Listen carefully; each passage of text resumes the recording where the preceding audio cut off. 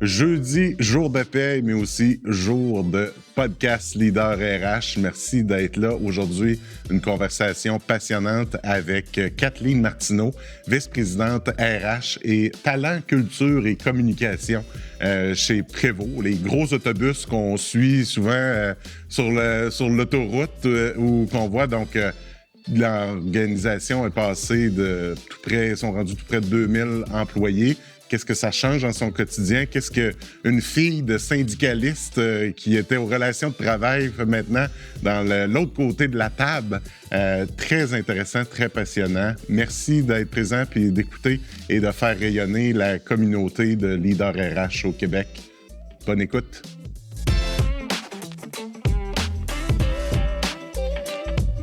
Kathleen, merci beaucoup d'être là.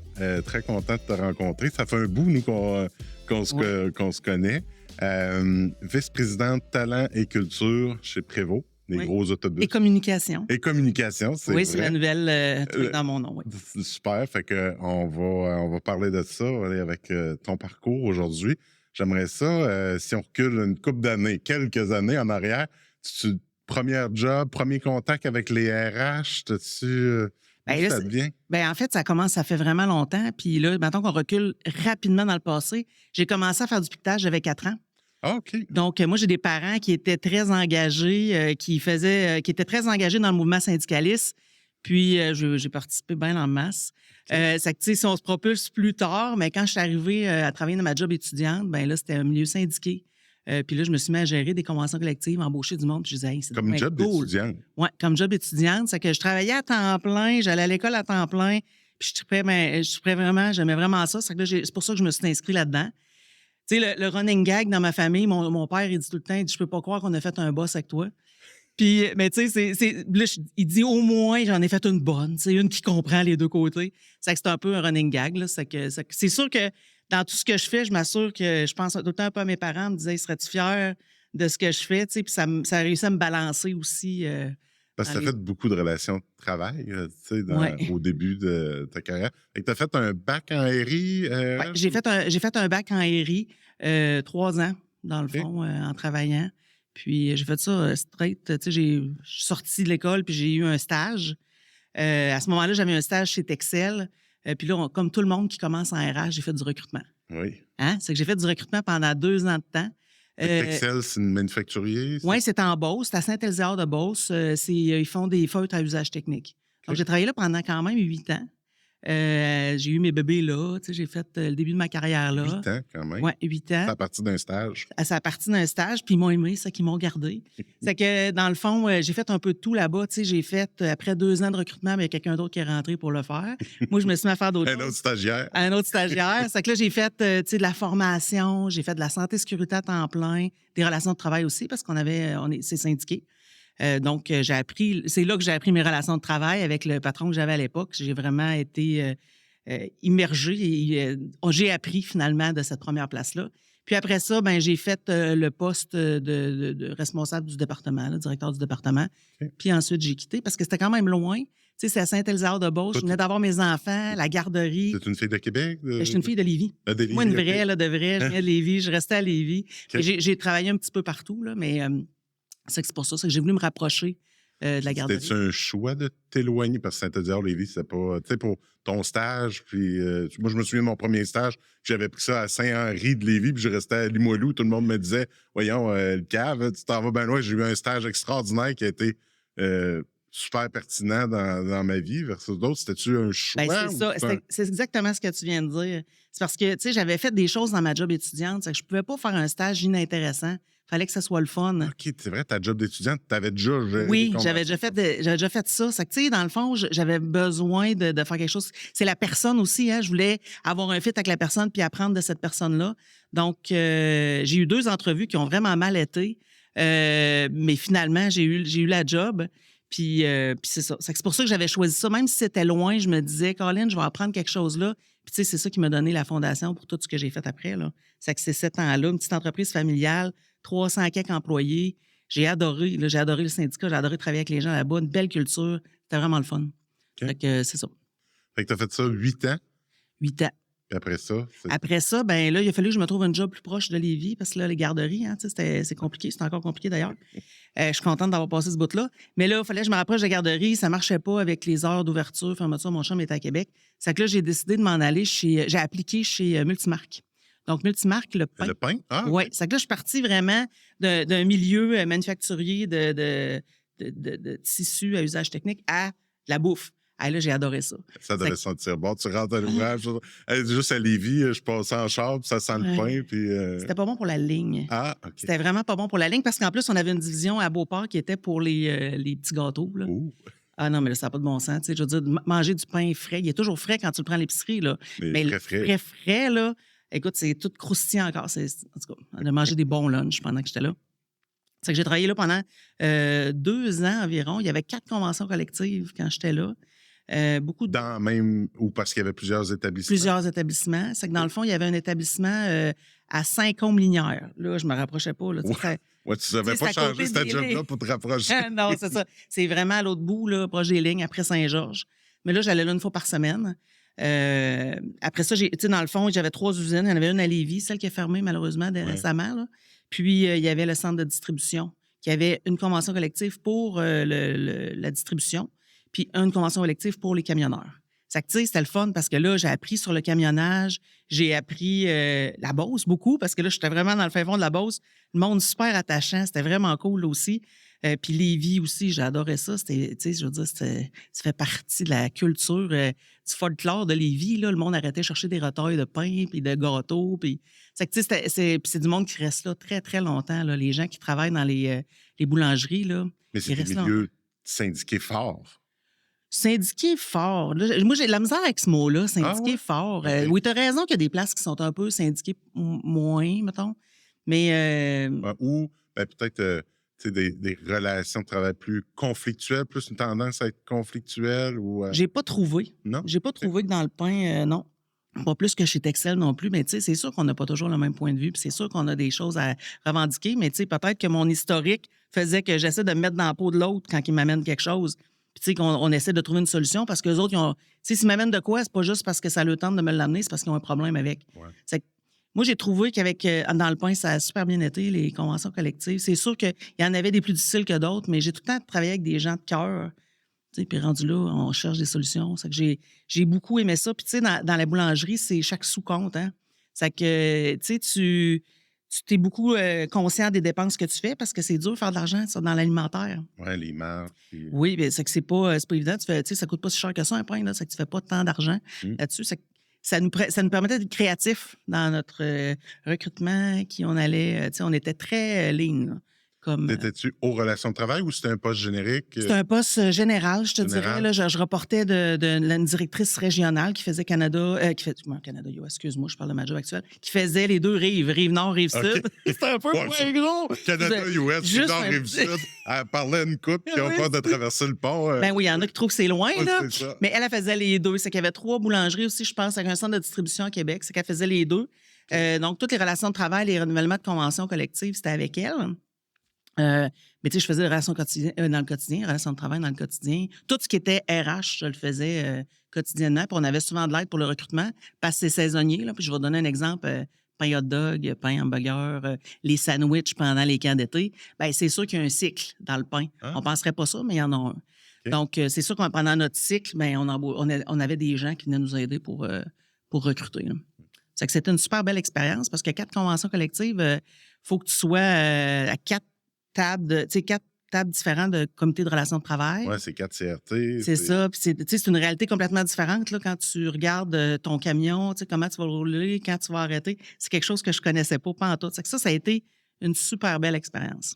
Puis c'est quoi, tu sais, il y a souvent des gestionnaires, puis il y a souvent des RH qui ont peur des relations de travail ou dire, des griefs, avoir des. Y a-tu une attitude à avoir face à un grief? Ou tu sais, tu rentres dans une business, tu as un nouveau RH, tu rentres dans une business, puis il y a 50 griefs pending, là, quelque chose. As-tu une façon de prendre ça ou de. Tu sais, en fait, moi, je pensais jamais que je ferais des relations de travail. OK? Puis c'était comme un running gag quand je faisais mon bac. Jamais pensé. Tu sais, j'avais plus le profil RH, aider les gens. Tu sais, j'avais vraiment ce profil-là. Puis j'avais vraiment une idée préconçue des relations de travail qui était le point sur la table, les émotions. Tu sais, À cause de ton parcours, de tes expériences familiales? Ben non, parce que j'ai Non? jamais vu le boss faire ça. Tu comprends-tu? J'étais pas Ah, là. OK, Moi, OK, j'entendais ouais. peut-être mes parents parler, mais tu sais, j'avais comme vraiment une idée préconçue des relations de travail, chacun de notre bord. Puis à force d'avancer, je me suis rendu compte qu'on pouvait faire ça différemment. J'ai eu des exemples où on le faisait différemment, où on se jase, qu'on parle de nos enjeux, puis qu'on se comprend. Ça, tu sais, je peux pas dire que je pensais pas, la vie m'a amené une drôle de surprise de faire ça, mais je pense que le truc, c'est vraiment de se mettre dans les chaussures de l'autre. Puis autant pour eux que pour moi. Puis tu sais, ce qu'on fait pas au début, je pense, c'est qu'on dit pas comment, c'est quoi notre situation puis comment on se sent. Là, quand on fait ça, voici ce qui se passe. Moi, il faut que je travaille de ce côté-là avec ma gang. Es-tu capable? Tu sais, on dirait qu'on n'ose pas dire j'ai de la misère avec ce dossier-là. On n'ose pas être vulnérable avec le syndicat. Ouais. Puis je pense que c'est là que il est là le secret. C'est de dire écoute, celui-là, là, je ne sais pas comment le gérer. Ça peut arriver, là. Puis c'est ça, je pense, le secret des relations de travail. Le podcast Leader RH est une présentation de Ansia. Ansia, partenaire d'affaires en recrutement. La mission d'Ansia, c'est de faire en sorte que la pénurie de main-d'œuvre ne soit pas un obstacle à la croissance des entreprises. Donc, Ansia, pour ce faire, vous accompagne avec un panier de services et d'outils technologiques en attraction, recrutement et intégration. Merci, Ansia, de contribuer à l'essor des leaders RH d'ici et de faire briller cette communauté. C'est que, oui, il y a tout un... Parce qu'il y a, outre la partie négociation où là, tu donnes, tu prends, tu te gardes un jeu dans ta carte, mais une fois que ta convention est signée puis tu es dans l'application puis tout ça, je pense que tu bénéficies à montrer un peu de vulnérabilité puis à dire comment est-ce qu'on adresse ce point-là. Ouais. Peut-être qu'être en négociation, si je dis ça, il va vouloir aller chercher tel point en retour. Oui, puis tu sais, et c'est à cause qu'il faut arrêter de se voir chacun de notre bord. Moi, je pense qu'il est là le problème. On n'a pas chacun un bord. On est tous ensemble dans le même business. Tu sais, on a vécu des affaires dernièrement. On a eu des problèmes de qualité. On a eu on a eu des choses à surmonter parce qu'on augmentait beaucoup la production. Mais ils sont aussi fiers que nous du produit qu'on sort. Tu sais, c'est pas le patron qui veut avoir des beaux produits. Tout le monde met son nom là-dessus. C'est qu'on a tous les mêmes enjeux. C'est rare quelqu'un se lève le matin et dit moi, je rentre ici pour faire de la merde. Tu sais, ça arrive. Ouais. Tu sais, oui, il y en a peut-être, mais tu sais, c'est quoi? C'est 2 3 peut-être qui sont pas contents. Puis c'est à cause qu'il y a d'autres choses qui arrivent dans leur vie.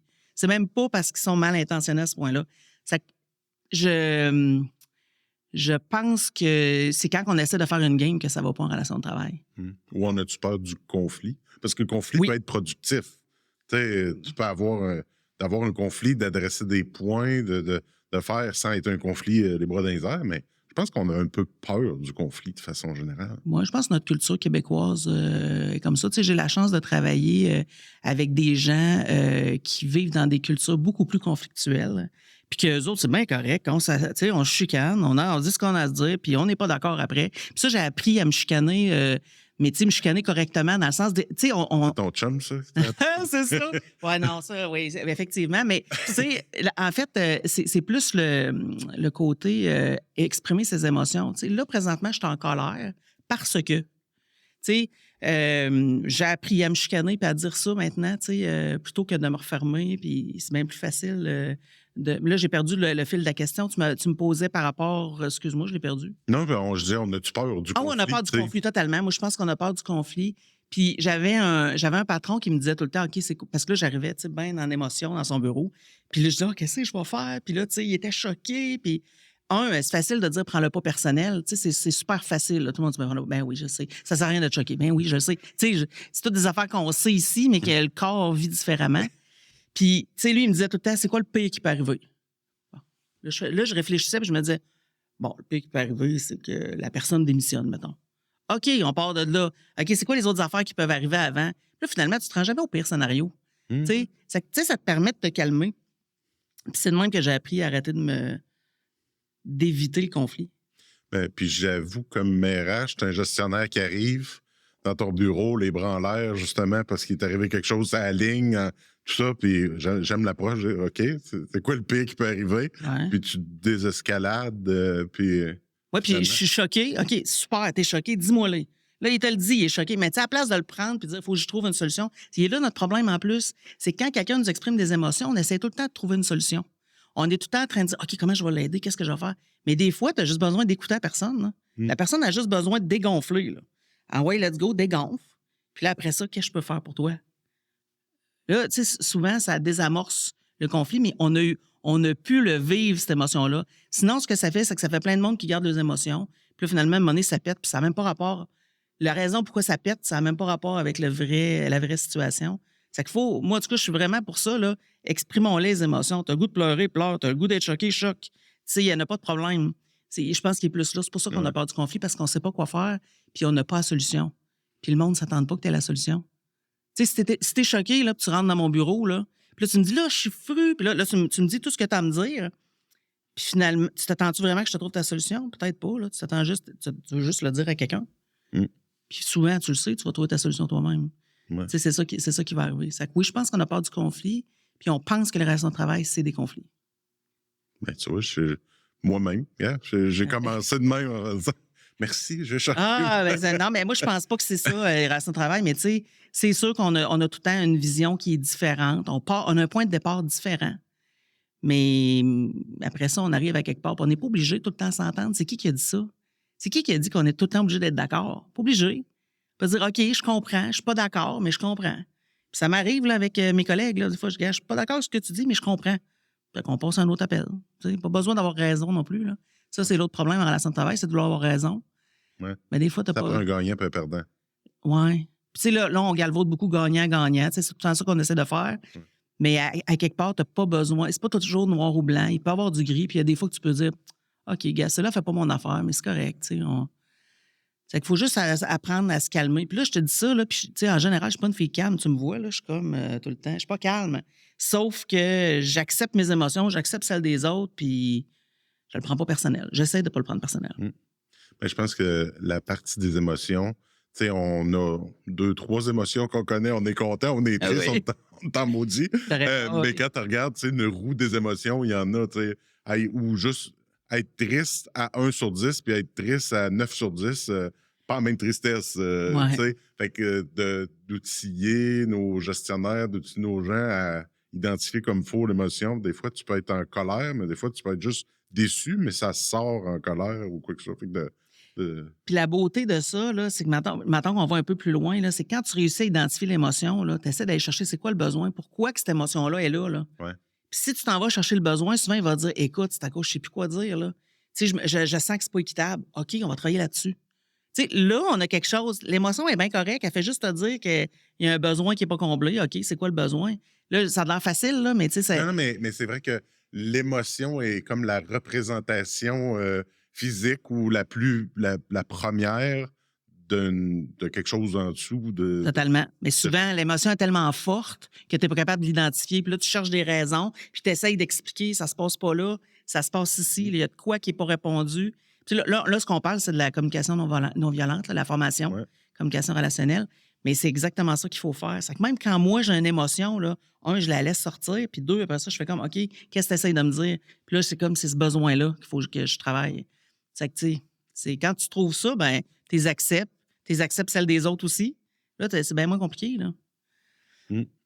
Puis souvent, j'aimerais dire, c'est des bonnes émotions ou des mauvaises émotions, tu sais, de vouloir les catégoriser. Tu sais, une colère, pourquoi c'est une mauvaise émotion? Ça peut être positif en soi, puis amener plus. Mais parce que la colère, on l'associe beaucoup à la violence. Puis je te dis ça parce que moi, je suis passée par là. Je pensais que colère égalait violence. C'est que ça me faisait peur, la colère. Parce que tu dis, Colin, c'est quoi qui va revoler? Y a-t-il quelqu'un qui va claquer une porte? Tu sais, qu'est-ce qui va se passer? Mais c'est pas ça. La violence, c'est une façon mauvaise d'utiliser la colère. Mais la colère est bonne en soi, là. Quelqu'un qui est jamais en colère, ça me fait peur un peu, là. Ça se peut que tu sois en colère. Ça se peut qu'il y en a un qui vienne te couper, tu as eu peur de. Puis là, tu viens. Mais c'est normal. Mais tu n'es pas obligé de rentrer dedans avec ton char après. C'est ça la différence entre la colère et la violence. Puis je pense que c'est ça qu'on différencie pas.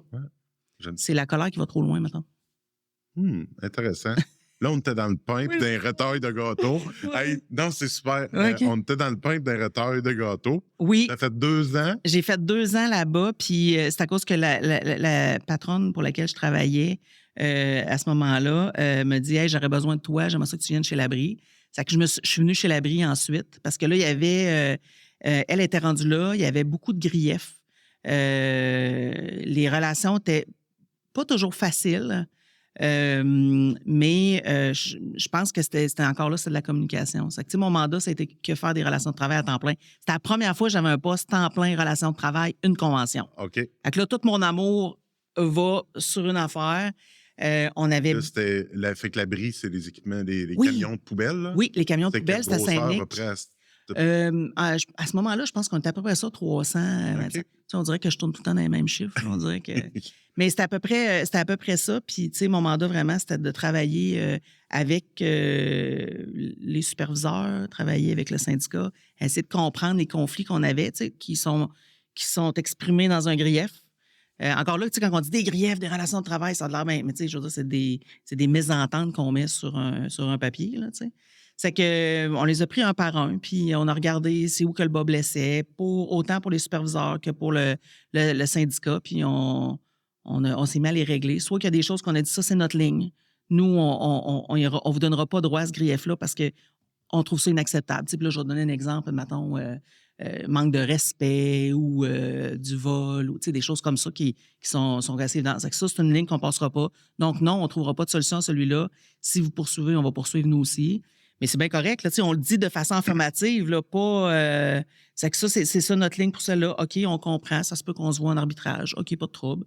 Celle-là, je n'irai pas plus loin. Ça que là, tu sais, si vous ne trouvez pas une solution pour le régler, moi, ça, je trouve que ça ne fait pas de sens comme demande. Fait que, tu sais, de faire chacun, de regarder c'était quoi chacun nos limites, ce qu'on était capable de faire chacun de notre côté, puis les griefs qui méritaient qu'on aille en arbitrage, puis c'est correct. Encore là, c'est correct. On n'est pas obligé de toujours s'entendre. L'important, c'est de toujours être vrai. C'est quand tu arrives en arbitrage puis tu dis ce qui est vrai, bien, tes relations de travail, le lendemain, ne sont pas difficiles, même si on n'est pas d'accord. Ouais. C'est que je pense que le secret est là. C'est que je suis restée là 2 ans, puis moi, je suis rentrée là, il y a peut-être une centaine de griefs. Je suis partie, il n'y en avait quasiment plus. J'avais l'impression que j'avais fait ce que j'avais à faire. Là. J'avais l'impression, j'avais été embauchée pour un mandat. Puis, là, tu disais que c'était ta première poste, tu faisais. Est-ce qu'il était structuré par verticaux, là, relations de travail, rémun, ouais. etc.? Parce que souvent, dans des organisations et des boîtes, que tout le monde est généraliste. Il y en a, il y a des spécialistes. Oui, mais là, c'était tous des spécialistes. C'était tous des spécialistes. Que là, j'étais passée de généraliste dans les 2 autres jobs d'avant à juste des spécialistes. Il y avait un spécialiste en santé-sécurité, une spécialiste en relations avec les employés, mais aussi tout ce qui est rémunération, avantages sociaux, assurance, ces choses-là. On en avait une, elle, qui travaillait dans une autre de nos usines aussi, mais qui prenait des dossiers de DO. Donc, de développement, puis des choses comme ça. Plus, il y avait notre patronne. C'est que... Comment tu travailles? Tu sais, quand, des fois, de structurer en partenariat d'affaires, RH, ça, tu fais un peu de tout, généraliste pour une ligne d'affaires. Là, comment tu travailles avec tes collègues quand la décision qu'ils prennent en DO, en SST, etc., peut avoir un impact sur ta convention ou ta négociation, tes conditions de travail, ou vice-versa? Tu vas négocier de quoi à la table de négociation qui a un impact sur la rémunération ou tout ça? Ben, tu sais, ça fait cliché, là, mais tu sais, je pense que c'est le travail d'équipe et de se jaser tout le temps. Là, hey, là je m'en vais vers là, je te nuis dessus. Est-ce qu'il y a quelque chose que je t'en... Tu sais, c'est touché parce qu'il faut que tu fasses attention à là. Hey, là, je viens de parler à tel employé, puis là, je pense que ça va tourner en relation de travail, finalement. C'est que, tu sais, il va peut-être avoir des petits problèmes. Il y a quelqu'un qui va cogner à ton bureau. Oui, c'est ça. C'est que, tu sais, on se parlait comme ça, mais tu sais, je pense que c'était plus un climat d'entraide, là, tu sais, dire, OK, ben là, il arrive telle affaire, toi, comment tu le prévois? Moi, ce que je trouve, je suis restée là juste 2 ans, mais ce que je trouve dur dans un comme ça, là, c'est que ça te prend vraiment des spécialistes qui veulent rester spécialistes longtemps. Parce qu'après ça, c'est dur de partir de spécialiste relations de travail, puis de dire, je vais m'en aller spécialiste SST. Puis là, c'est qui prend? C'est dur, c'est difficile de devenir connaissant dans tous les champs. Donc, mais tu sais, j'ai adoré ça, là, faire des relations de travail là, à temps plein avec mes collègues. C'était vraiment cool. Puisqu'on était tous vraiment bien dans notre domaine. C'est que c'est le fun parce que... C'est aussi, tu as de l'expertise. Fait que tu développes. Oui. Le fait que, tu sais, quand ce que tu lis, les articles, les congrès que tu vas, les formations, c'est dans ton domaine plutôt que de te former dans 8 sujets en même temps. Tu peux aller un peu plus, fait que tu as des collègues, ça coche. Totalement. Puis, tu travailles avec les avocats, c'est que là, tu apprends plein d'affaires. Là. OK, ouais, ça, c'est pas de même. C'est que tu t'ajustes. C'est que non, ça a vraiment été formateur. Ça a été vraiment le fun comme expérience. J'ai J'ai adoré travailler là. Fait que 2 ans, tu règles 2 ans tes là-bas. Puis après ça, j'ai eu un appel d'un chasseur de tête pour une job dans une usine. J'avais pas plus de détails que ça. Puis je suis allée voir parce que j'étais rendue là, comme je te dis, j'avais comme fait le tour. Puis finalement, c'était Prévost. OK. Donc, puis c'est drôle parce que, moi, je m'étais toujours dit que je ne travaillerais jamais chez Prévost. Ah. OK? Puis là, moi, je m'étais toujours dit ça parce que quand je travaillais ailleurs que chez Prévost, on ne donnait pas de référence. C'est que moi, quand j'appelais chez Prévost, ils me disaient, je donne pas de référence. Je donne pas de référence. C'est que. C'était une politique. C'était une politique, on ne donne pas de référence. C'est que c'est sûr que moi, là, ce bout-là, je me suis dit, puis j'avais rencontré le responsable, celui qui embauchait pour moi, le directeur à la Centre de travail. Puis là, je suis revenue chez nous, puis j'avais dit à mon chum, j'ai dit, c'est sûr, il faut que je travaille pour ce gars-là. J'ai dit, je vais apprendre au bout, là. Mais là, il faut que je passe par-dessus le fait que j'ai dit que je ne travaillerais pas chez Prévost. C'est que finalement, je suis rentrée. Juste parce qu'il ne donnait pas de référence. C'est à cause que je me disais, hey, moi, je donne 8 ans de ma vie à ce business-là, ils ne me donneront pas de référence. Ah, ouais. Tu comprends-tu? Je me disais, écoute, le monde donne. Puis à toutes les fois, j'appelais, tu sais, des fois, j'étais un peu tête dure. À toutes les fois, j'appelais, je disais, là, la personne nous a donné 25 ans de sa vie, là. Vous ne me direz rien à son sujet, là. Puis la dernière fois, je pense, j'avais fait un peu la fille avec. Je l'avais comme un peu ébranlée. Puis ça faisait 10 ans que j'appelais chez Prévost, là, tu sais. Ouais. Puis là, je l'avais un peu ébranlée, puis finalement, j'avais pas réussi. Sauf que quand je suis rentrée, elle me dit, hey, toi, là, tu m'as déjà challengé pour avoir des références. Elle se souvenait de ça. Puis là, je disais, oui, on peut-tu changer ça? On peut-tu faire de quoi? C'est que, tu sais, je pense qu'on a évolué là-dedans. Tu sais, c'est correct, le temps a évolué. Puis, tu sais, maintenant, on veut des gens. C'est pas comme c'était, mettons, dans le début des années 2000.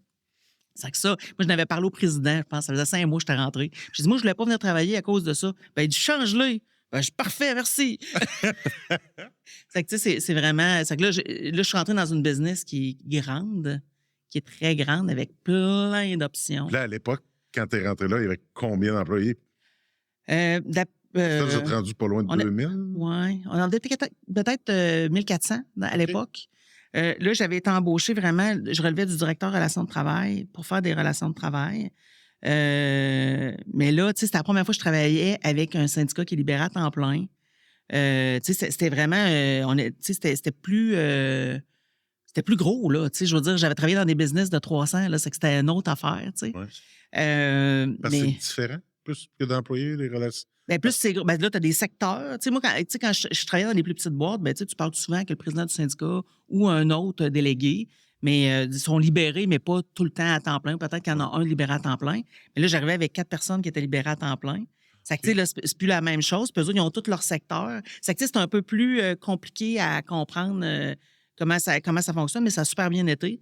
Puis j'ai fait ça pendant 2 ans. Maintenant, 2 ans, là, relation de travail. Puis c'est là que j'ai beaucoup, beaucoup, beaucoup appris parce que, tu sais, je suis devenue émotive. Je devenais émotive vite, tu sais. Puis le syndicat essayait de me le dire aussi, là. Ça, c'était drôle. Mais bref, j'ai beaucoup appris autant du syndicat que de mon patron, de mes patrons de l'époque, qui m'ont beaucoup aidé là-dedans parce que c'était vraiment différent. C'était vraiment... j'avais l'impression que je réapprenais tout, tu sais. C'est pas pareil une petite business puis une grosse business. Ouais. C'est vraiment... c'est que là, j'ai appris plein d'autres choses. Vous êtes une grosse business dans une très grosse business. Oui. À l'époque, c'était-tu Volvo qui était Oui. pas près aussi? Oui, Volvo, c'est depuis 98. C'est que, tu sais, dans le fond, on était 1400 dans 100 000 employés. Tu sais, c'est quand même gros. Puis, tu sais, j'avais beaucoup de réseaux avant. Tu sais, je maintiens mes réseaux, sauf que tu as un réseau complet là, dans le 100 000. Là. Tu sais, je veux dire, tu as des spécialistes dans tout. Tu as un réseau dans tout. Tu sais, tu as quasiment trop de monde que tu sais pas. Tu sais, je veux dire, il y a vraiment, vraiment beaucoup de gens qui peuvent t'aider dans tous les pays. C'est que, tu sais, on est capable de bâtir un sur l'autre. C'est que c'est vraiment cool. Et même comme conseillère, tu avais accès à ce réseau-là? Ah oui? Oui, on avait accès. Puis, tu sais, Volvo, c'est très... c'est suédois. Puis c'est très, très ouvert en général, très inclusif. Inclusif des syndicats, inclusif des différences d'opinion, inclusif en général. C'est que oui, tout était très, très accueillant, disons ça comme ça. C'est que, tu sais, 1400 personnes sur 100 000, ben ça fait que tout, tu sais, dans le fond, il y a comme un suivi de tout ce qui se passe dans les conventions collectives à travers le monde. Tu sais, puis le contexte américain et canadien est très différent de ce qui se passe en Europe. En Europe, c'est pas comme ici que tu es obligé de syndiquer tout le monde. Tu peux choisir de ne pas être syndiqué. Mais si tu regardes la Suède, eux autres, ils ont une convention collective à partir du gouvernement avec des représentants des employés. Puis là, il y a des règles qui descendent comme ça. C'est un peu comme si nos normes santé-sécurité étaient vraiment négociées. Excuse-moi, les normes du travail, c'était vraiment négocié au niveau du gouvernement avec des représentants des employés. Puis là, ben ça descend. Tu sais, c'est vraiment un autre... puis sincèrement, je ne comprends pas tout. J'essaye encore de le comprendre. Mais la question, c'est est-ce qu'eux comprennent que c'est différencié? Parce que j'entends souvent ça d'organisations qui relèvent ça ou que des entreprises québécoises qui ont été rachetées par les Américains, puis tout ça, puis ils font comme, ben voyons donc, tout le monde est syndiqué. Il y a vraiment des enjeux. Ils comprennent-tu? Ou... Il y a... bon, ça, c'est vraiment le nerf de la guerre. Okay? Ils comprennent-tu? La réponse, c'est souvent non.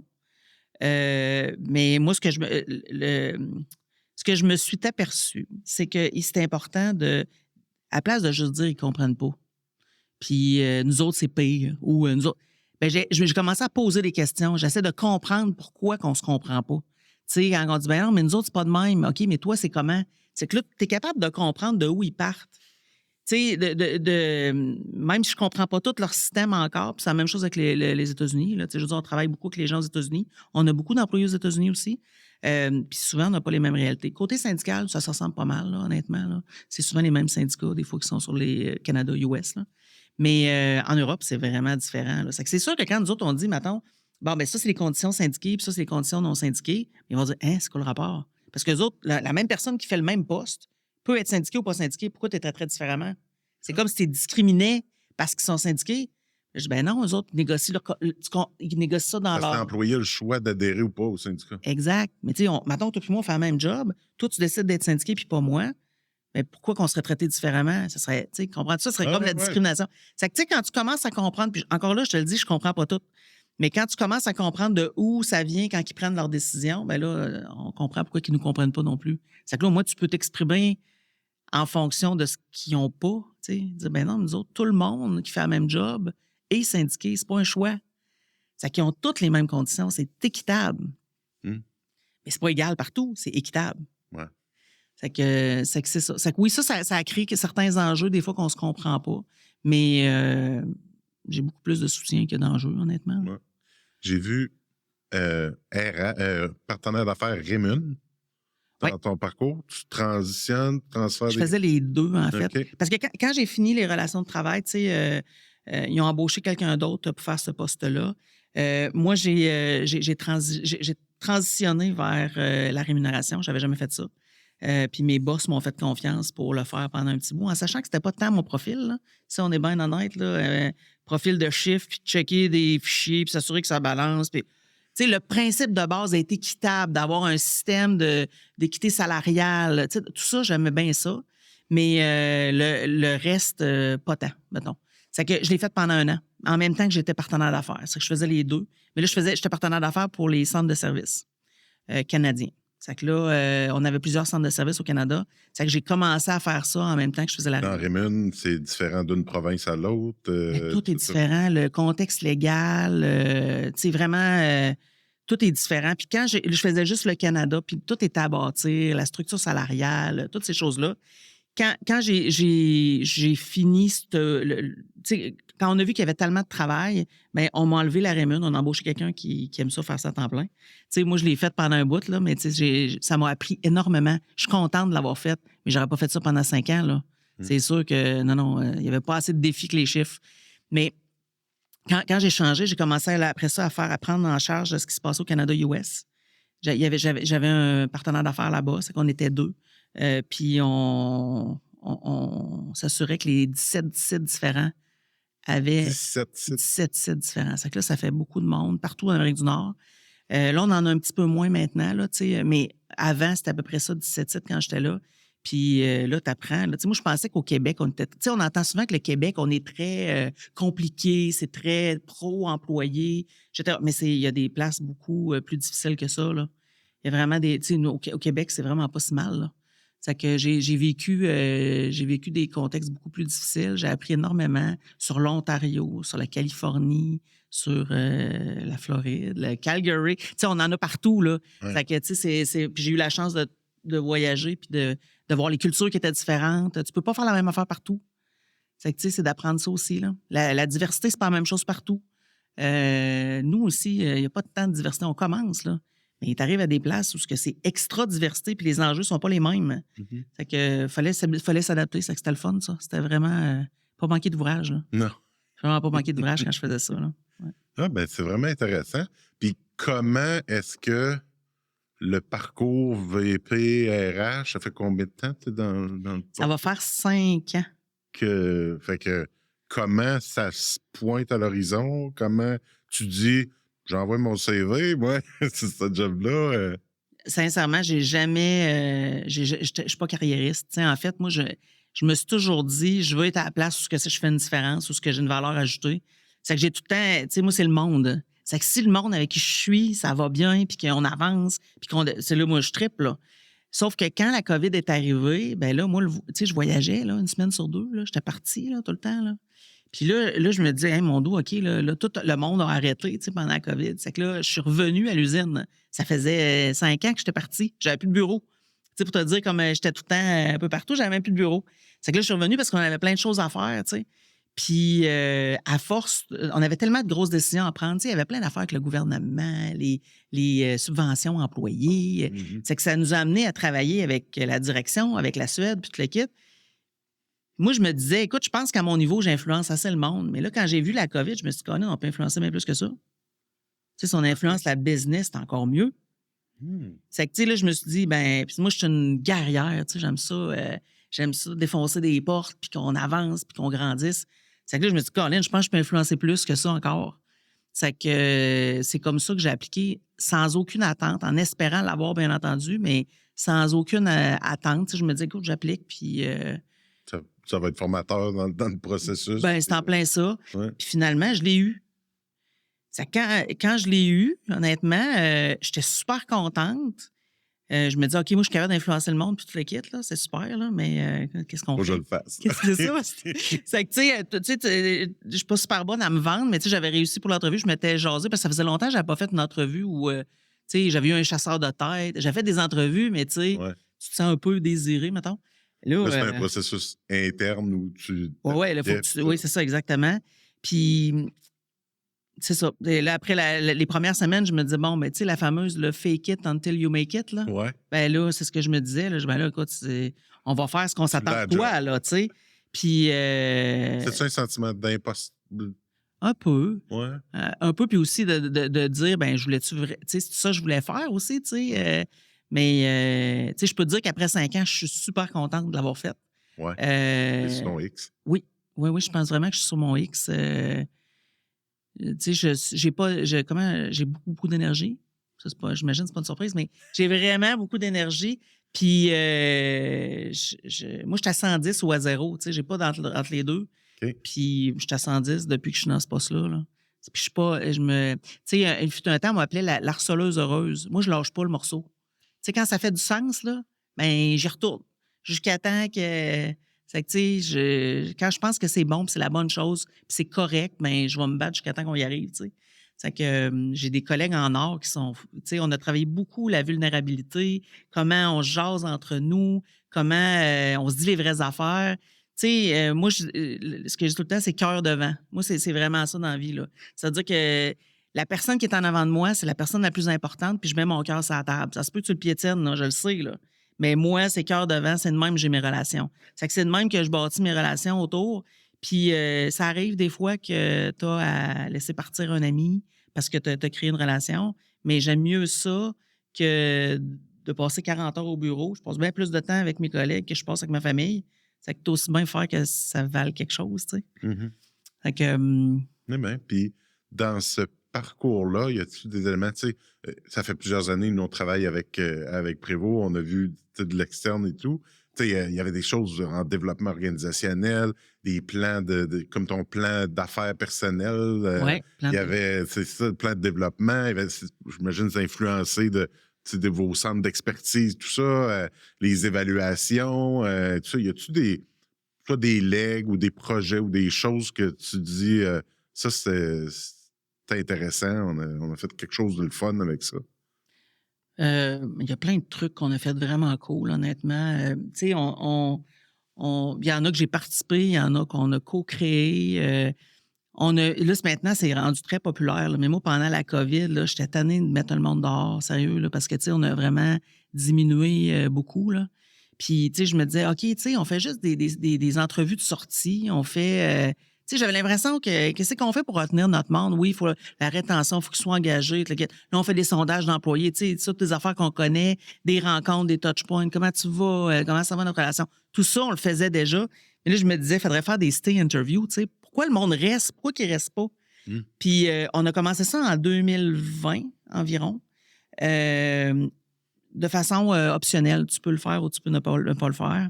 Puis ça, là, c'est vraiment un outil puissant. Par les RH qui parlent? Non, c'est par le manager. Okay. C'est l'employé, c'est le manager qui va faire le stay interview. En français, on ne l'a pas traduit. Entrevue de rétention. Oui, entrevue de rétention, on va dire ça de même.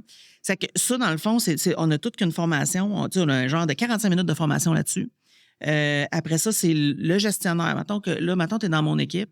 C'est que moi, je t'envoie 2 jours avant, je t'envoie un questionnaire. Puis là, les questions, là, ça va être t'es-tu heureux? Qu'est-ce que t'aimes dans ta job? Qu'est-ce que t'aimes moins? C'est quand la dernière fois t'as pensé quitter? Pourquoi? C'est quoi ton plan 5 ans? As-tu encore le goût de rester? Comment tu me trouves comme patron? Hey, toutes les questions qu'on n'a jamais se poser, là. Mais tu sais, là, les questions. Puis là, le monde me disait... Des questions à 100 piastres, hein? Oui. Puis t'es déjà à l'aise de partager ça. Puis là, le monde me disait, hey, le monde ne répondra pas. Puis là, moi, je me disais, si 80 du monde disent la vérité, on va avoir déjà pas pire. Le 20 on l'a déjà pas. On n'a déjà pas le 80 non plus.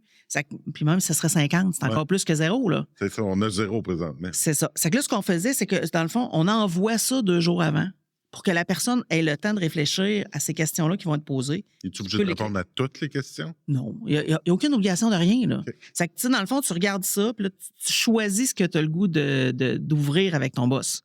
Parce que, puis là, le formulaire, il est vraiment confidentiel entre toi et ton boss. Les RH ne verront jamais ça. On veut pas parce qu'on veut que ça reste un outil de vulnérabilité puis qu'on se parle. Moi, je veux que la relation se développe. Là. C'est ça qu'on a travaillé. Le gestionnaire. Oui, on veut que la personne se développe une relation, en gros. Là. C'est qu'on a commencé ça. C'est que 2 jours avant, tu le remplis, puis là, tu arrives. Il ne faut pas que tu fasses ça trop longtemps d'avance parce que le monde ne se souvienne plus de ce qu'ils ont écrit. Okay. C'est pour ça que c'est 2 jours avant. Puis là, tu as le temps de choisir ce que tu vas dire. Tu ne seras pas surpris de la question. C'est quand la dernière fois tu as appliqué ailleurs. Je le dis-tu, je le dis pas. C'est ça. Comme... Mais... Mon dernier rendez-vous chez le dentiste, je suis en entrevue. Oui, c'est ça. On le sait d'habitude. C'est ça. Puis c'était surprenant de voir comment on a reçu de l'information. Puis là, encore là, c'était volontaire. On n'a pas forcé personne à faire ça parce qu'on voulait que ça soit de la place, de la bonne place. Que ça ne vienne pas parce qu'on me demande de faire ça checkbox. Parce que si la relation de confiance n'est pas là, si on te le force, ça ne sera pas plus là. C'est ça. C'est basé sur la relation de confiance. C'est qu'il y en a plein qui ont commencé à utiliser ça, cet outil-là. Il y en a plein. Et moi, en tout cas, il y en a plein qui m'ont dit hey, la dernière fois, j'ai pensé me chercher un job, c'était telle date. Parce qu'il s'est passé telle affaire. OK, super. Maintenant, ça, c'est contrôlé. Qu'est-ce que je peux faire? Qu'est-ce que je peux faire? Y a-t-il des choses qu'on n'a pas adressées? Puis, encore là, on va avoir une discussion. Puis, des fois, je peux, des fois, je peux pas. On a-tu peur de faire de la gestion de talent puis de gestion de développement de gens? Puis, probablement, dans une organisation de 1500, 2000, peu importe comment vous étiez, il y a plus d'opportunités de placer des gens ou que dans une boîte de 22. Puis, tu as la discussion avec ton employé de dire où tu te vois, nanana. Ça veut dire que la personne, elle se voit peut-être pas dans ton organisation, tu peux la placer. Ça peut... je pense qu'il y a de la difficulté avec les gestionnaires à avoir ces conversations-là sur la gestion de ton talent puis la gestion de carrière, tu sais. T'as raison. Puis ce qu'on se rend compte, c'est que les gens ont peur de ne pas savoir quoi dire. Tu sais, en fait, là, c'est pas parce que les gens, les employés ou les gestionnaires? Non, le gestionnaire. Mettons, je te demande, là, hey, toi, c'est quand la dernière fois que tu as pensé de chercher un job? Puis là, il dit, ben hier. Le gestionnaire ne sait pas quoi faire avec l'information. Il y a une peur de, je vais-tu savoir quoi dire? Vas-tu savoir quoi faire? C'est pour ça qu'il faut les aider puis les former à être capables de prendre n'importe quel commentaire. Puis... mais c'est pas tous les gestionnaires qui ont cette capacité-là. Non, mais c'est notre rôle d'embaucher ces gestionnaires-là puis de les développer. OK. On parle souvent de dire qu'il faut arrêter d'embaucher des gestionnaires qui ont la compétence technique. On veut l'attitude qui va avec. Les deux, là, on a besoin des deux. Ben moi, je pense que ça fait partie de ça. Puis c'est dans nos entrevues, on a un set de valeurs, là. Puis dans nos entrevues, on les mesure, ces valeurs-là, parce qu'on veut ça de nos gestionnaires. Puis tu sais, tu as été témoin de plein de changements qu'on a faits, mais on veut que nos gestionnaires soient capables d'avoir ces discussions-là avec les employés. Puis non, ça ne sera jamais 100 Puis il y en a qui ne sont pas capables. On va continuer à travailler avec eux. Mais c'est ça qui fait que les gens restent. Tu sais, oui, on a des super bons scores dans nos surveys, de nos sondages d'engagement. Tu sais, je pense qu'on a 84. C'est excellent. Là. C'est vraiment super bon. Mais la relation, c'est ça qui fait que la personne reste. C'est ça qui fait que la personne, hey, je me sens entendue. Quand j'ai un problème, je suis capable d'aller le dire. Puis moi, c'est ça que je veux. Je veux juste que le monde soit capable de venir me le dire quand il y a un problème et qu'il se sente pas bien. Puis peu importe comment ça sort, j'en tiendrai pas rigueur. Tu sais, je pense qu'elle est toute là, la nuance. C'est que le stay interview, là, j'adore ça. Elle n'est pas adoptée aussi grand que je voudrais. Il y en a plusieurs qui l'utilisent, mais on en parle encore. Puis tu sais, moi, je l'ai fait avec mon patron. J'ai dit, passe-moi en entrevue. Je vais te montrer c'est quoi l'outil. Hey, on a passé un super 45 minutes. Là. C'était vraiment le fun. C'était vraiment le fun. Puis moi, je me suis même posé la question, OK, c'est quoi je dis que je dis pas? Puis je me suis dit, oh, Lynn, je dis tout. Puis ça a juste renforcé notre relation. Là. Oui. Je pense que beaucoup de gens ont peur de la vulnérabilité. On en a parlé tantôt, mais c'est un puissant outil quand la confiance est là. Ouais. Souvent, c'est un élément qui aide à bâtir la confiance. On sous-estime la quand puissance. c'est pas framé, là, parce qu'il y en a qui vont. Tu pourrais appliquer l'outil puis le framer, là, que ça vient pas. Ou de la vulnérabilité spectacle. Là, je me prends en photo pour un post que je fais parce que j'ai pleuré aujourd'hui au bureau. Là. On parle pas de ça. Pas en tout.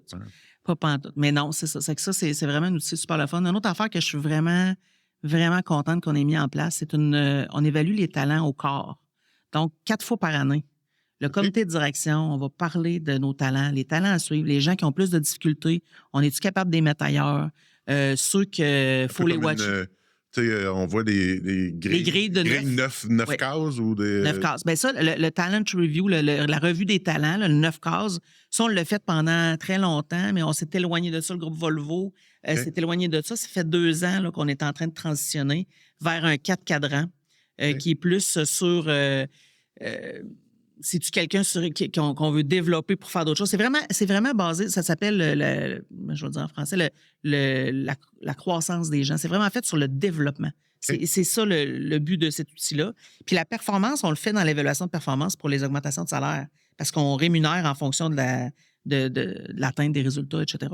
C'est qu'on a comme exclu la partie performance dans la revue des talents, puis on l'a mis dans un 4 grilles. C'est que maintenant, une fois qu'on a fait ça, là, il nous manque quand même d'outils pour évaluer nos talents. C'est que là, on a vraiment un fichier qui va puiser de nos évaluations de rendement annuelles quand on fait des augmentations de salaire, qui va puiser de discussions. Moi, tu viens me voir, là, puis tu me dis, moi, là, je suis pas heureuse, puis j'ai besoin de changer, puis le kit, puis si ça change pas, je vais m'en aller. Puis on le met dans ce fichier-là. Parce qu'on se dit, OK, on a-tu capable... Là, on se parle tout le monde ensemble, là. On fait pas ça en silo, là. C'est que là, on dit, hey, toi, t'aurais-tu un job pour cette personne-là? On en a fait des changements comme ça. Oui. Ah ouais? Oui, au comité de direction. Quand je dis qu'on fait ça 4 fois par année, là, c'est une discussion super intéressante. Là. Dire, bon, mais telle personne, là, elle a besoin d'un mentor sur telle affaire. On va accrocher notre programme de mentorat là-dessus. On va dire, hey, lui, il a besoin d'un stay interview. OK, on va faire ça. Ça 4 fois par année, on fait ça. Puis c'est apprécié, là. C'est vraiment apprécié par l'équipe. Puis les gens qui... Ça enlève comme les silos. Quelqu'un d'un département pourrait se développer dans quelque chose dans un autre ou dans... Oui, totalement. Pas un ingénieur faire de la comptabilité, mais peut-être qu'il y a des... Attends. Sais-tu qu'est-ce qu'on a fait dernièrement? Puis ça, honnêtement, là, parce que c'est toujours difficile de dire, OK, qui on va mettre où? Mais notre VP Finance est devenu VP Opération. Ah oui? Là, Finance, Opération, quand même, c'est hot, là. Oui, moi, je pense que ça se peut. Il faut juste s'enlever un peu de nos paradigmes. Des fois, on n'a pas le choix. Là. En ingénierie, il y a une connaissance technique que ça te prend. Là, mais on essaye justement d'être créatif puis de rendre les gens heureux.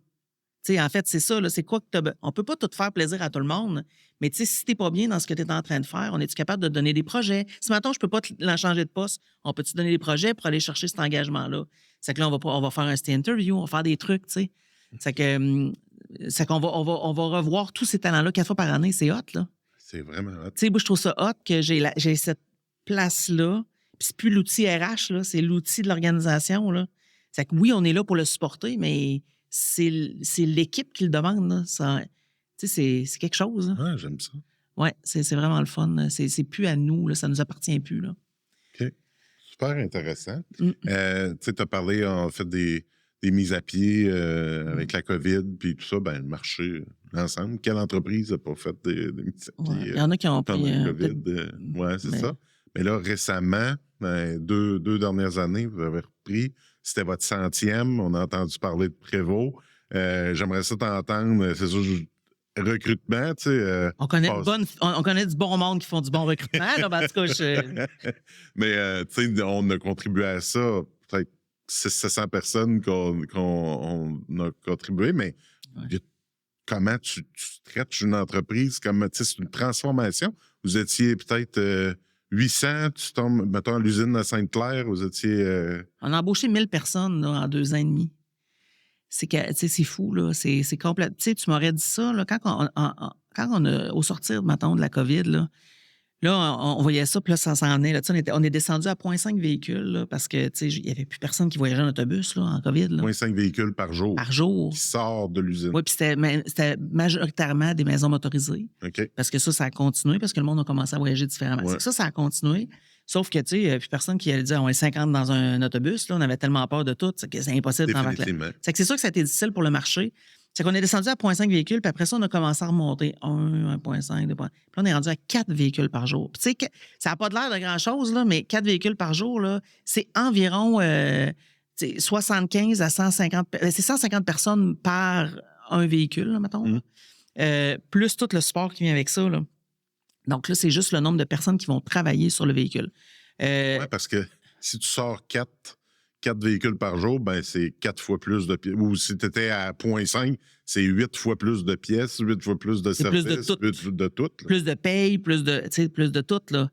C'est ça, c'est de même que. C'est que là, dans le fond, tu m'aurais dit qu'on a rembauché tout ça localement. Là, je ne suis pas sûre, je t'aurais cru. On a embauché quelqu'un qui. C'est pour ça que je te disais e-communication. Donc maintenant, on a quelqu'un qui. Parce que quand tu as pris ton poste, est-ce que communication, c'était-tu VP, talent culture? Ah, ça a bougé, là. Ça a bougé. C'est devenu au RH. Pendant la COVID, ça a déménagé sous tout ce qui est commercial, marketing, etc.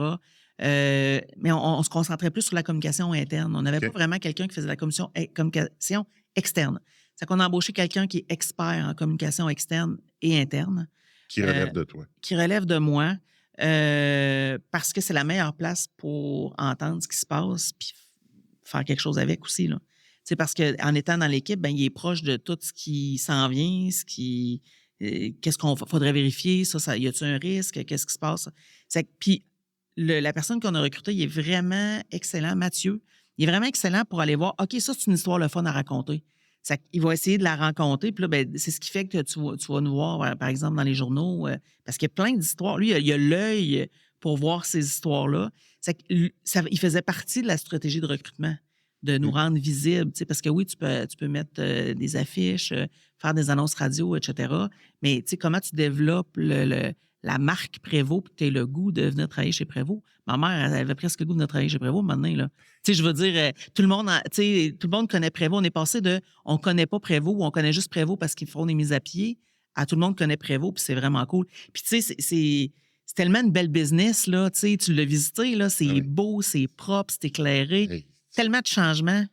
C'est super. Puis en tant que tel, puis nous, on l'a senti au recrutement aussi, tu sais, sur la qualité des candidatures, le volume de candidatures. Puis comme tu dis, on n'a pas fait de recrutement international, tous ces postes-là. Ces 1000-là sont entrés d'ici, là, c'est une belle place. Les gens, on les traite de façon humaine. Moi, ce que j'aime, c'est quand les gens viennent visiter l'usine, ils reviennent après, puis ils disent tout le monde sourit. On entend ça des politiciens, des gens qui viennent filmer, des gens, peu importe qui passe dans l'usine, tout le monde sourit, tout le monde nous salue. Puis je pense, c'est pas faké, ça, là. Tu peux pas. Tatouer Prévost, c'est vrai, là. C'est vrai. Sur le polo, ça, on le sent aussi dans les interactions ou quand on fait des entrevues avec des gestionnaires ou tout ça. Il y a ce souci-là de. Non, ça te passe à travers le gilet, là. C'est comme, c'est tatoué là. C'est vraiment une. C'est l'impression d'être dans une petite business, dans une grosse business. C'est que, tu sais, les gens sont quand même proches. En tout cas, je pense, les gens sont pas traités comme des numéros. On aime les gens. C'est pas... Le cœur en avant, comme tu dis. Le cœur devant, voilà. Le cœur devant.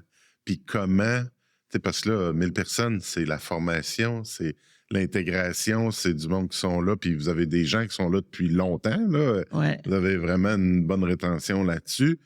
Comment on vend ça aux employés, de dire, hey, on est 1000, on va tomber 2000, on va faire ça. Comment on vend ça à notre équipe?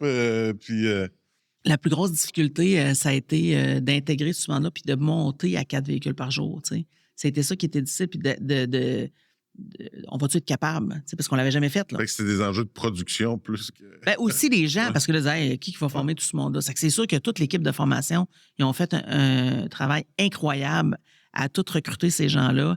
Il a fallu qu'on revoie nos méthodes de recrutement. On fait passer des tests manuels maintenant chez nous, à place de demander un papier ou une ligne dans un CV. Là. Donc, c'est ça. C'est que, tu sais, de rentrer tout ce monde-là, ça a été un challenge. Il y a eu des hauts et des bas. Tu sais, ce qui était difficile, c'est de maintenir la culture Prévost. Hein? Ouais. Parce que là, tu ne veux pas diluer ça. Ben, tu rentres 1000 nouvelles personnes qui arrivent de, mettons, 900 organisations différentes là, avec des cultures, des valeurs, tout ça.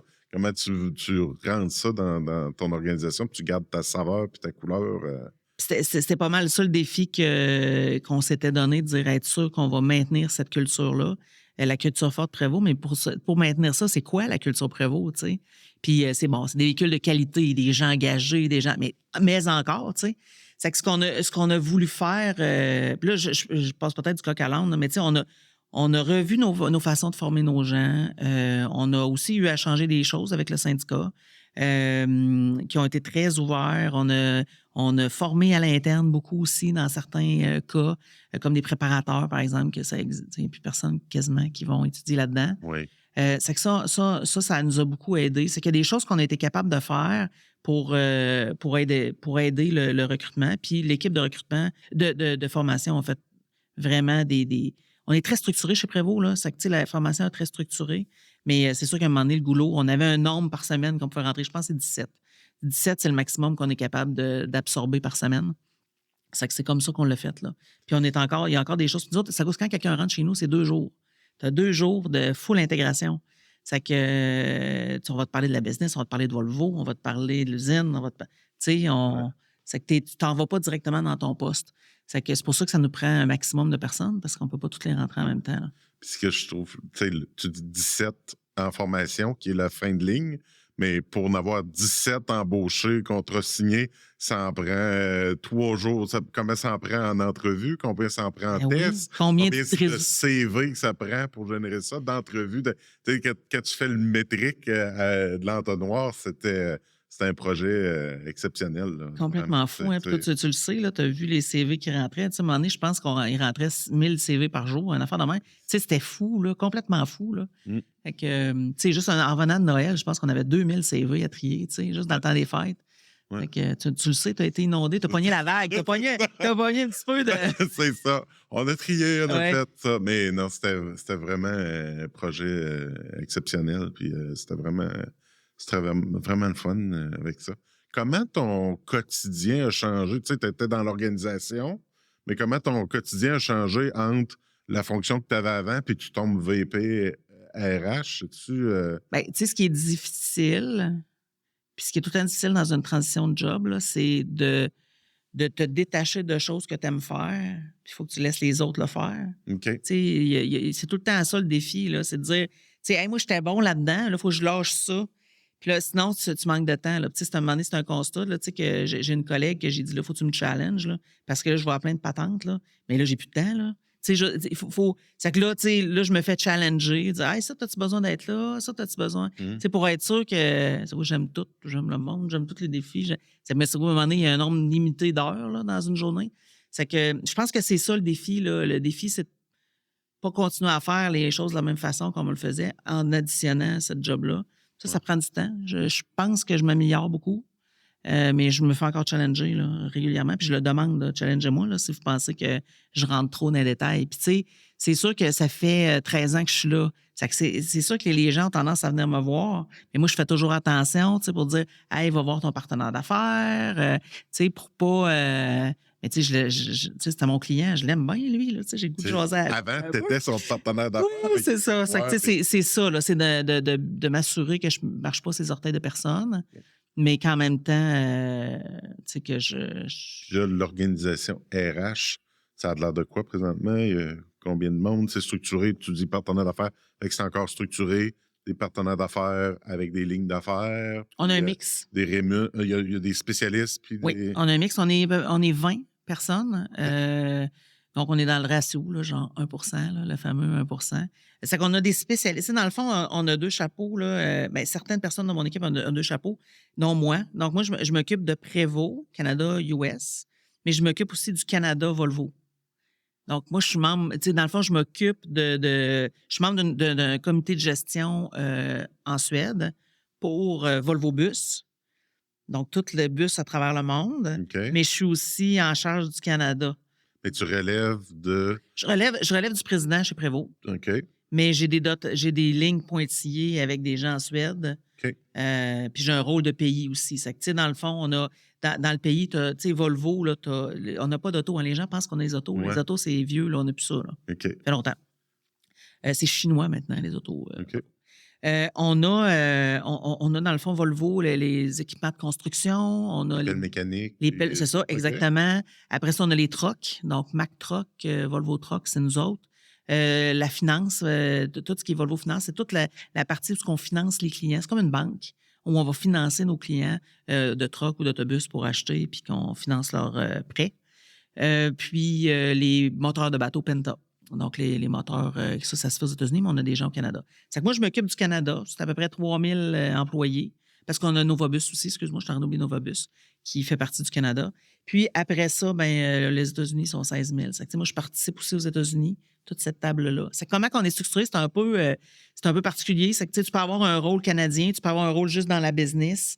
C'est que dans mon cas, j'ai les 2 rôles. Puis j'ai des gens dans mon équipe qui ont les 2 rôles aussi. Donc, on a des spécialistes en rémunération, avantages sociaux. On a un spécialiste en organisation, en développement organisationnel, qui est Miguel, que tu connais bien. Après ça, on a quelqu'un en relation de travail aussi pour le Canada. Donc, ces 3 personnes-là, avec moi, on va s'assurer qu'on a des politiques canadiennes, qu'on a du support canadien, s'il y a des... Là, on est dans la révision salariale, mais c'est un processus canadien. C'est que c'est nous qui allons le gérer, etc. C'est que ça, c'est pour les spécialistes. Les spécialistes sont vraiment pour tout un pays. Puis, ensuite, on a tout le service à la paye. Le service à la paye est pour le pays ça aussi. Relève. Oui, ça relève de moi aussi. Ça a déjà été un service center. Oui. Ça, avant, ça relevait d'une autre entité de Volvo. Maintenant, ça relève de nous ici. Ça relève de la personne en rémun. On a 3 personnes qui font la paye. Donc, pour le Canada, puis pour le local aussi, Prévost. On a des gens qui sont... Le service center que tu parles, c'est ceux qui répondent au téléphone. Hey, oui, monsieur l'employé, tu as besoin de telle affaire. Bien, ça, ils sont ici. C'est qu'il y en a qui ont un rôle canadien, puis il y en a qui ont un rôle local. Puis le recrutement, on a quelqu'un qui est local, puis il y a quelqu'un qui s'occupe du reste du Canada. Donc, c'est un peu comme ça. Puis on a les communications que je te mentionnais tantôt. Pour le reste, c'est des partenaires d'affaires. C'est que c'est vraiment divisé par gestionnaire. Un partenaire d'affaires par gestionnaire. VP niveau comité de gestion? Ou... les VP, je te dirais, le comité de direction, là, c'est moi qui s'en occupe de façon générale. Il y a beaucoup, souvent, la VPRH, c'est le DRH, VPRH du comité de gestion. Moi, je suis partenaire d'affaires pour ce gang-là, mettons. Ouais. Sauf que ma gang, selon le client, va avoir accès au VP quand même. C'est pas, il n'y a pas de hiérarchie. Ce que j'aime chez Prévost, c'est que la hiérarchie, c'est pas très, très important. Là. C'est que ça, j'aime beaucoup ça. Donc, tu sais, dans le fond, tu peux, si tu es le VP Finance, tu es le partenaire d'affaires de VP Finance, c'est toi qui vas travailler avec cette gang-là tout le temps, incluant le VP Finance. Donc, ils ont chacun le client. Là. Mais c'est sûr qu'à 2000, là, on a augmenté beaucoup la charge de nos partenaires d'affaires. Là. Dans l'usine, là, tu peux avoir quelqu'un qui a 700 clients. Là. Fait que, c'est sûr que... Mais tu sais, vu que tu as des services autour qui sont spécialisés comme la réponse aux clients, le mouvement de main-d'œuvre, j'ai oublié de te mentionner le mouvement de main-d'œuvre, on a quelqu'un qui est au mouvement de main-d'œuvre. C'est que, tu sais, comme partenaire d'affaires, tu es généraliste, mais il y a des choses qui sont déjà prises en charge, là. Puis tu as tout le back-office Volvo, j'imagine, pour des programmes d'information, des affaires. Tu peux piger Oui. dans le pool de ressources de Volvo. Peut-être pas de personnes, mais pour développer des outils, développer des programmes. Puis... Tout à fait. On a le Volvo Group University, entre autres, que là, on va aller piger de la formation là-bas. Les programmes qu'on a, souvent, ça a souvent été top-down. En fait, c'est Volvo qui dit c'est ça que vous allez faire. Puis, mais plus ça va, oui, il y a encore du top-down, mais il y a de l'adaptation des fois, comment on veut le faire. Ils sont plus souples que juste du top-down.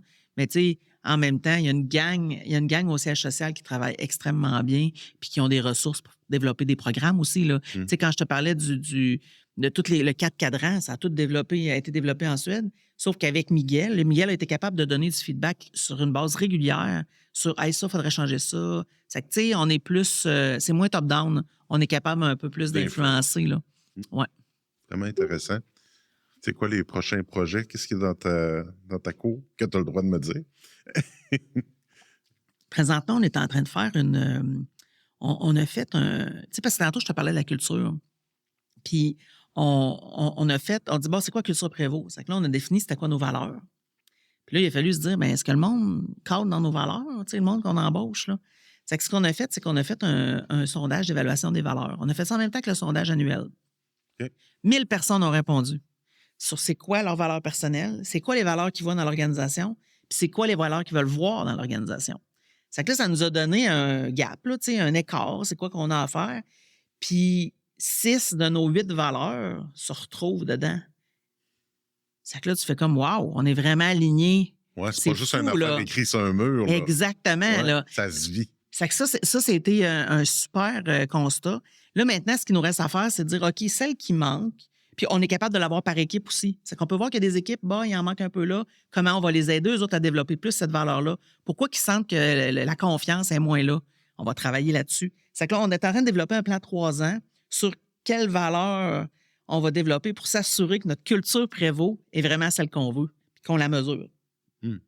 Et quand on dit VP talent et culture... Oui, la culture, là, j'ai beaucoup de pression de mon boss pour la culture. C'est correct, mais je trouve ça le fun, là, parce que ça veut dire que c'est important pour lui. Là. Ben, définitivement, puis il y a tellement... Tu sais, il y a souvent un conflit transactionnel stratégique ou RH ou embauche-moi quelqu'un, congé-moi quelqu'un. C'est très transactionnel souvent dans bien des business. Fait que d'avoir ce soutien-là de ton boss, puis... L'ouverture, il tire sur nous autres. T'sais. Puis c'est ça aussi, c'est que s'il tire sur les RH, ben nous autres, ça rend notre job beaucoup plus facile. Ça crédibilise vos interventions auprès des gestionnaires, tout ça. Puis, tu sais, Prévost, puis là, je suis pas capable de dire si c'était le même avant, mais je pense que oui. Tu sais, c'est pas une business qui veut pas de CRH, là. Tu sais, c'est vraiment une business qui veut qu'on fasse partir de... Partenaires d'affaires, on le fait vraiment, là. On va avec eux, on les aide, on réorganise, on résout des problèmes avec eux. On fait vraiment partie de leur quotidien, tu sais. C'est vraiment ça le but, là. Sinon, on est tout seul dans nos bureaux à faire des lettres, là. Hein? C'est pas très valorisant. C'est pas ça. C'est pas super. On veut faire partie de ça, de ce stratégique-là, puis on a une grande place dans l'organisation pour faire ça. En partant par le président, mais tous les autres gestionnaires, ils font pas ces choses-là sans nous voir. C'est que, tu sais, moi, ça fait longtemps que j'ai pas vu quelqu'un qui a dit « Moi, j'ai tout fait ça, qu'est-ce que t'en penses? J'ai besoin de ton... » Je vois pas ça. C'est dire « Viens, on veut repenser à l'organigramme, on veut changer ça fonctionne pas. » Puis ils viennent s'impliquer, tu sais. C'est que c'est merveilleux. C'est une belle façon de retenir ses RH. Sérieusement. Parce que t'as pas le goût de... Tu sais, moi, je veux dire, je suis comblé, là. Je veux dire, j'ai une business pas toujours facile à tous les jours, mais on a une super équipe puis tout le monde veut de nous. Pas besoin de s'imposer. On n'est pas des polices. Tu sais, la RH police, là. On n'est pas ça. C'est qu'on est là pour supporter et aider, là.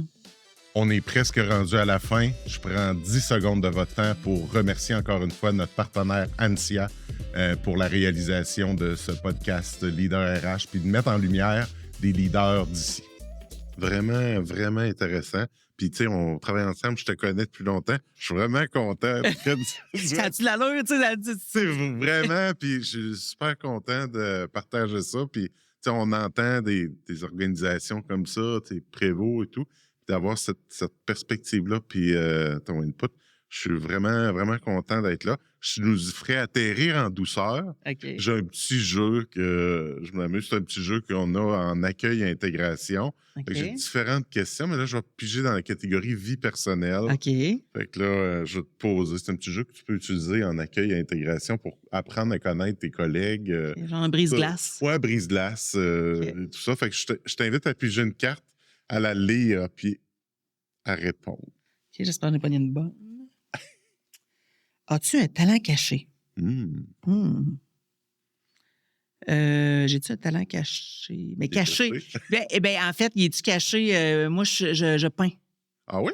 Oui, moi, je peins. Je ne suis pas sûre qu'il est caché. OK. Mais des toiles de peinture à l'huile, là. Du gyps? Non, le gyps, oui, je peins du gyps, là, mais j'aime vraiment pas ça. Là. C'est que oui, je peins. J'ai moins de temps pour peindre, là, mais j'aime vraiment ça peindre. C'est que moi, j'ai un côté très artiste. OK. J'aime la musique, j'aime faire tout ce qui. C'est que ça serait peut-être ça, mon talent caché. Je peins quand même bien, mais j'ai pas le temps. Depuis tout jeune ou c'est venu? Quand j'étais jeune, moi, avant, je pensais que je voulais être graphiste ou quelque chose comme ça. Là. Mais je pense que j'avais trop le goût d'interaction. Ouais, j'avais trop le goût de parler avec du monde. Puis, c'est pour ça que c'était pas assez, c'était trop avec l'ordinateur, mettons. Mais ça fait longtemps que. Mais tu sais, j'ai commencé à faire de la peinture, faire des toiles, puis j'ai un plan de retraite. Je sais ce que je vais faire à la retraite. Ben, c'est merveilleux. Encore une couple d'années. Oui. Définitivement. Encore. Merci infiniment. Merci à toi. Merci de t'être prêté au jeu et d'avoir accepté mon invitation. Il y a plein de choses passionnantes et intéressantes dans ce qu'on s'est jasé aujourd'hui. Fait que j'espère que nos gens ont apprécié. Merci d'être venu sur le podcast de Leader RH. Merci beaucoup à toi.